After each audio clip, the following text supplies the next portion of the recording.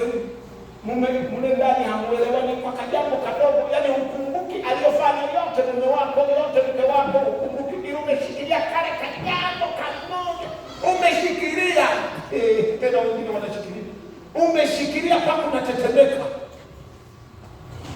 Yesu tusaidie. Unaweza ukashikilia kama hadithi moja. Kuna hadithi moja, kuna vitabu tunasoma, wanasema sungura na fisi. Sasa vitabu hivyo tunasoma sana hadithi utotoni. Wanasema sungura na fisi. Sungura ilikuwa sungura na simba. Simba akawa anamfukuza sungura. Sungura akakimbia, akaenda akaruka juu ya jiwe moja kubwa sana limekaa kama vile limechegama linataka kudondoka. Kasungura kakaruka kakakaa kwenye jiwe lile. Na yeye simba anakuja, kanyewa kakaondoka, karibu aondoka kidogo kakasema, "Shikilia, hilo jiwe linakudondokea. Shikilia, usiniachie." Simba akaanza kujali. Akaanza kushikilia sana lisije likamdondokea. Kenyewe kakasema, "Karibu, shikilia sana litakudondokea." Kenyewe hapo ndo kanachomoa mbio kweli.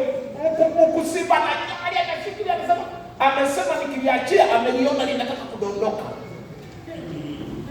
Kwa hiyo simba alibaka anashikilia jiwe, sungura na chapa mwendo.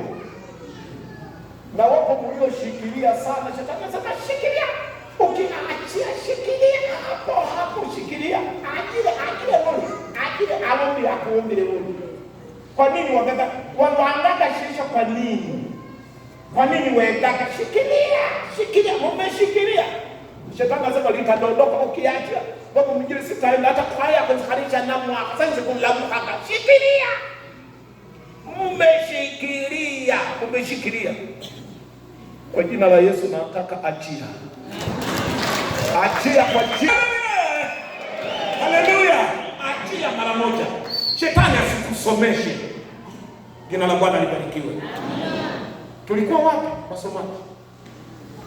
Sasa inaweza katosha hadi. Inaweza katosha.